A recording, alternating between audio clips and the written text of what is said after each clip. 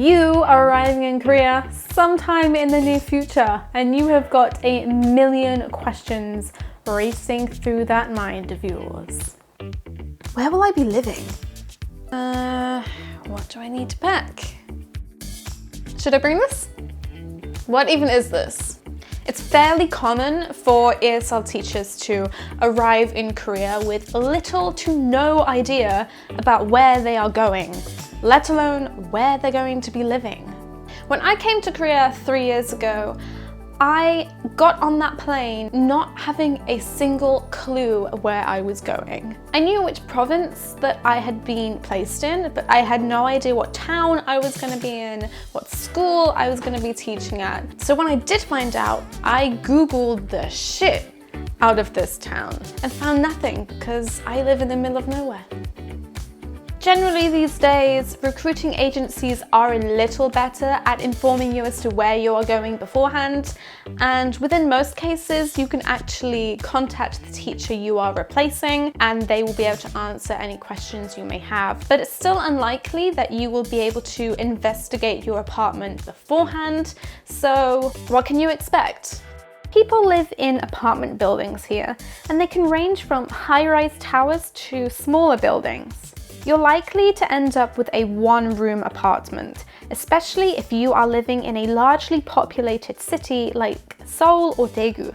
If you are rural, there is a slightly bigger chance of you getting a bigger apartment to compensate for the fact that you're in the middle of nowhere. But it's not guaranteed. So it depends what city you're going to be living in. But here's a lovely tour of my one-room apartment for a vague idea. First things first, modern apartments have an electric keypad door lock. You can personalize this so that only you have access to your apartment. No need for keys. If your apartment has a physical key only, then good luck, because that is one old-ass apartment. These usually run on batteries, so it's good to keep some spare ones lying around, although they don't need to be changed often. You have your take off your shoes area. It's Korean custom and politeness to take them off, but seeing as it's your apartment, feel free to do whatever you like. Just don't anger the people living below you with your clumping feces. Upon entering my apartment, I am immediately in the kitchen. It's not a big space. Don't expect much. You'll have all the basic things: a sink, cupboards, cutlery, some kind of hob, electric or gas. My washing machine is in my kitchen space too. Forget an oven because you will not be getting one of those. But something is missing from my kitchen. Can you guess what it is? We'll get back to it in a minute. Boop, boop. Moving on from the kitchen, to the right is the bathroom. Korean bathrooms tend to be wet rooms, unless you have a fancy apartment. But this means that everything gets wet when you shower. And this tends to happen sometimes. Oh, come on.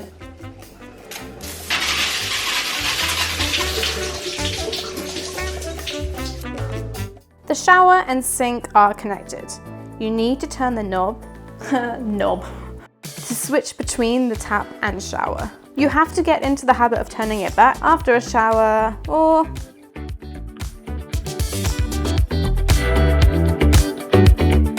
this is my general living area. You should be provided with the basics: a bed, a wardrobe or closet, some kind of desk for all that Korean studying, or just Netflix watching. A lot of apartments will have a small balcony area. Just imagine one here, where the washer is generally situated, as well as space to hang clothing. You will not have a dryer. So if you are balconyless like myself, then the worst case scenario is this.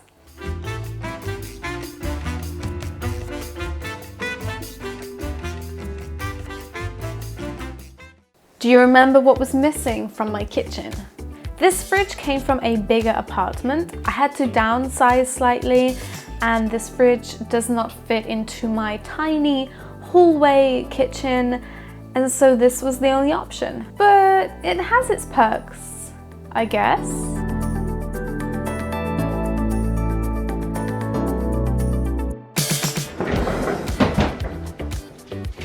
I never said it was graceful. Also in my living area is my microwave, because I have no room to put it anywhere else in this tiny, tiny apartment. You ain't living in your parents' house anymore. All apartments have air conditioning for the hot and humid summers, and also floor heating for those cold winters. This basically sums up a one-room Korean apartment. I don't know if this is helpful in any way at all, to be honest. Oh well, let's carry on. The pros of a small space. Bills are extremely cheap because you're not heating or cooling a large area.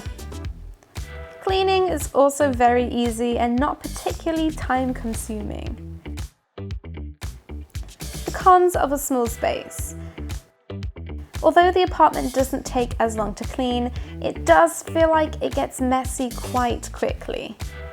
Drying your clothes is kind of a pain, and limited solo dancing space, but we manage. Don't expect a brand new apartment when you arrive. It's likely that your apartment will have been used previously by a few different teachers. Ew. But hopefully it's cleaned before your arrival. Your school or company should have a small yearly budget where they can buy some new furniture for your apartment, anything you may need, or replace some very old furniture for you. This year I had my bed and mattress replaced, and it is glorious. I'm not sure about all of the teaching recruiting agencies, but I know that JLP and EPIK will also receive a small amount of money when they arrive to buy additional small household things they may want for their apartment. So don't go packing your whole kitchen because you don't need to. Don't go bringing your cutlery with you. Which leads nicely on to... So pack your clothing, obviously, but be aware of what season you are arriving in. So if you are arriving in summer, then make sure to pack your summer clothing and leave that winter coat at home because you do not need it. And vice versa. If you are arriving in winter, then prioritize your winter gear, but leave those short shorts at home. Vacuum pack some lightweight bedding because you will not have any when you arrive. Unless you ask the previous teacher to leave their used bedding behind, but that's kind of nasty. And I know, I don't know what my apartment's going to look like. How do I know what size bed I'm going to have? I didn't say this was easy. Also vacuum pack a towel. Korea does not do full-size towels, they do small hand towels. Guest houses, hotels only have small hand towels. Hand towels that covers nothing. This bouteille is too big for the hand towel. Mass pack deodorant. You will find deodorant here, but it will be very limited in brand and it will be very expensive for just one stick. You can buy most things when you get here, but if you are a little particular about things like shampoo or your brand of toothpaste, then bring some with you to tie yourself over for a few weeks. Pain medication. A lot of foreigners tend to agree with the fact that Korean medicine can be kind of terrible and weak compared to the brands they are used to from their own country, and I agree with that statement. If you are going to want a Korean phone number but you do not want to buy a phone when you get here, then I suggest the phone that you bring with you is unlocked so that you can pop any kind of SIM card you want in there. This one's for the ladies. Sorry lads. Tampons. Korea doesn't really do tampons, so if you prefer to use these over pads, then I would bring a bunch with you. Kind of an obvious one, but charging adapters. As I previously said, you can buy most things when you get here, so don't panic and pack everything you own. So that is my apartment tour and a few packing tips. If you're arriving in Korea soon, welcome and good luck. If not, well, I don't know why you're watching this video then, but thank you. I've probably missed something, so if you have any questions, feel free to leave them down in the comments section below and I will get back to you. Thank you for watching.